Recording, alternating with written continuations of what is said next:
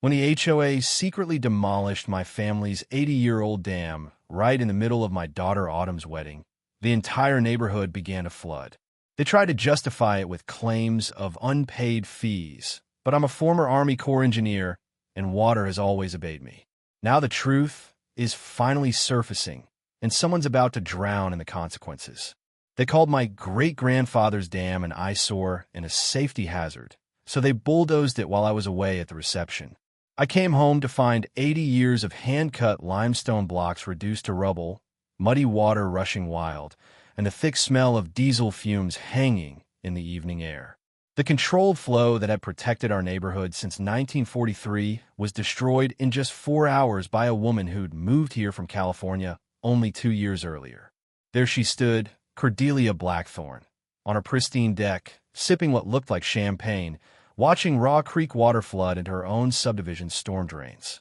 An HOA notice was taped to my mailbox. $12,000 in unpaid infrastructure fees for a dam that existed long before her precious neighborhood was even a developer's fever dream.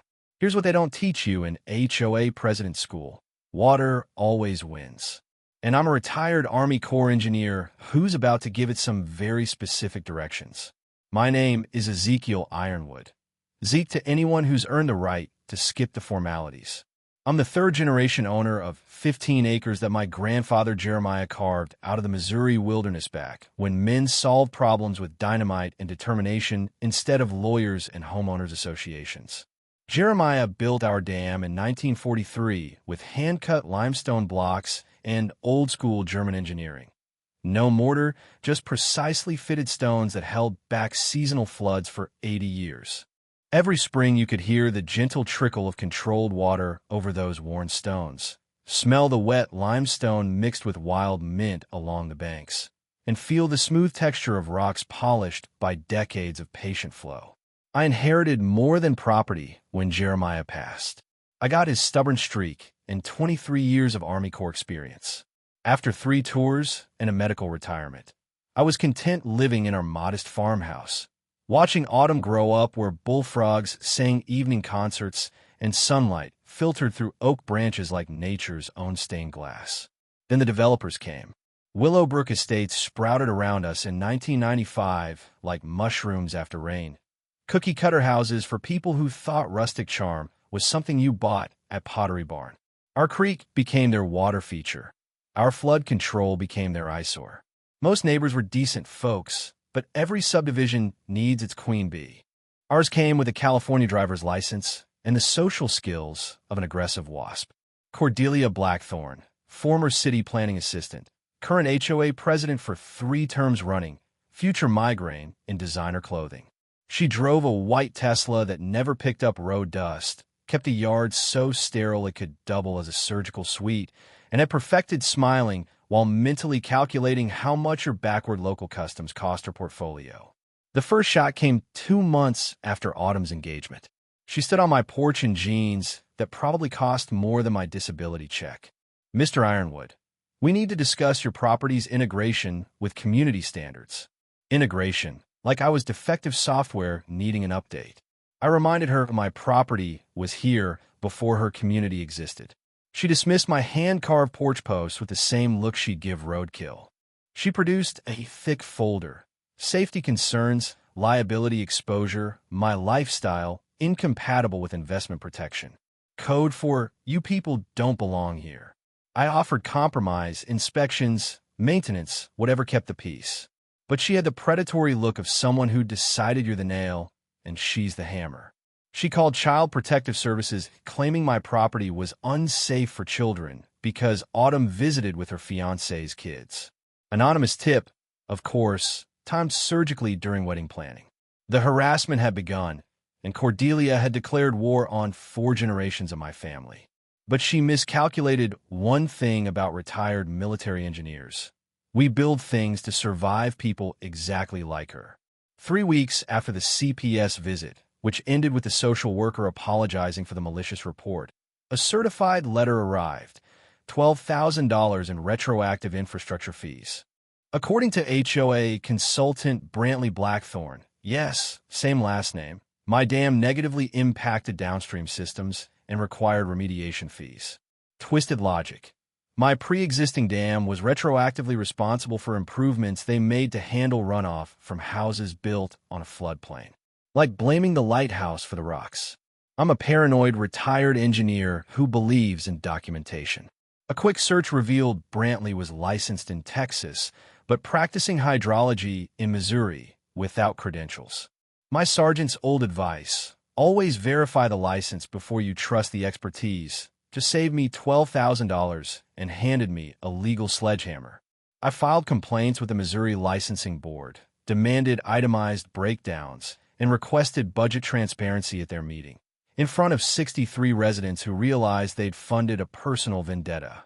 Cordelia's plan sprang its first major leak.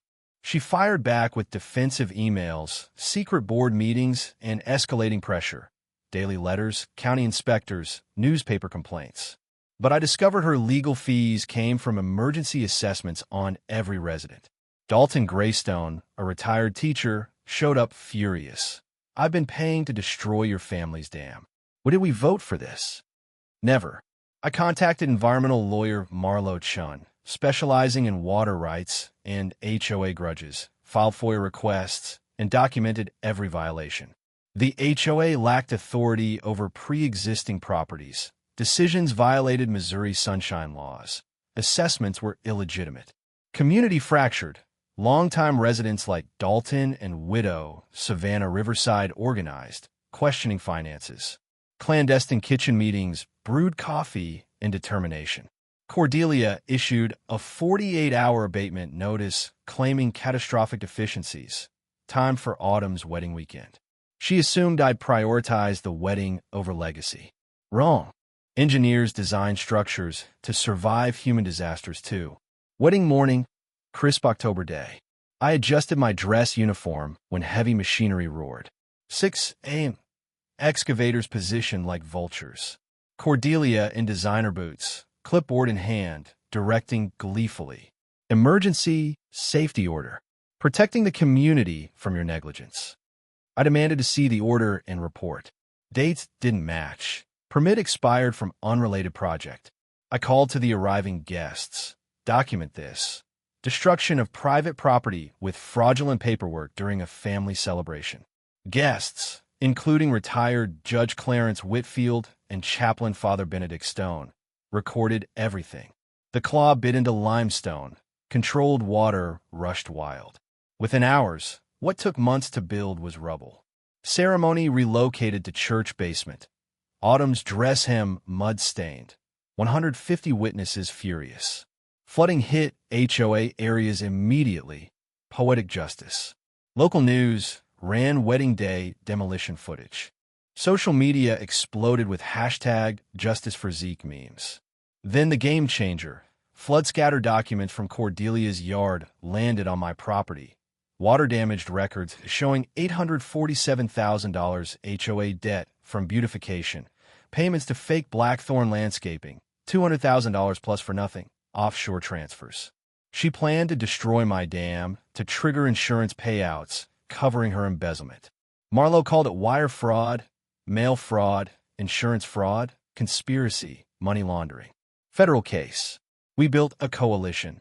Marlo's law, Judge Whitfield's connections, Father Benedict's organizing, neighbors' intel. FBI agent Roland Grimm, posing as PI she hired, strengthened the case. Cordelia panicked. Nighttime Benny, caught on trail cam. VA complaints, false CPS reports, bribery attempt, $500,000 for documents, recorded, escape plans to non-extradition countries. Her final stand, propaganda meeting in flood-damaged community center. Flyers called me extremist militia leader. She admitted authorizing demolition on mic. I stood, thanks for confessing. Now about the $847,000 debt and $200,000 stolen. Silence. Agent Grimm. Arrest for multiple federal crimes. Handcuffs clicked amid applause. Viral footage, national news. She pleaded guilty. 5 years prison. Full asset forfeiture, $2. 1M plus restitution. Community recovered everything plus damages. My settlement, $500,000. Cosmic irony. Dam restored as community project. Original limestone plus modern upgrades. Fish ladders, trails, education signage. Autumn's family moved in. Grandkids fish in control waters. New Willowbrook Neighbors Association. Transparent, democratic, potlucks instead of power trips. Ironwood Veterans Foundation for PTSD counseling funded by her money. Environmental Center teaches water management, cooperation, fighting corruption. Ripple effects. Missouri HOA reforms, audits, sunshine law compliance, background checks. FBI HOA Financial Crimes Task Force. Broader inspiration for residents nationwide. Sometimes the best revenge isn't getting even. It's building better than what they destroyed. Standing up saves not just your property, but entire communities from those mistaking authority for permission to steal. Share your HOA horror story in the comments. You might help someone fighting similar battles. Subscribe for more tales of ordinary people defeating corrupt systems. Justice belongs to anyone willing to document evidence and demand accountability. Next week, the city council that tried seizing a family farm for a mall, and how one stubborn farmer used 200-year-old law to trigger a federal corruption probe. The creek flows clear over restored stone, carrying promises that water and justice always find their proper course when good people refuse to let corruption dam the flow.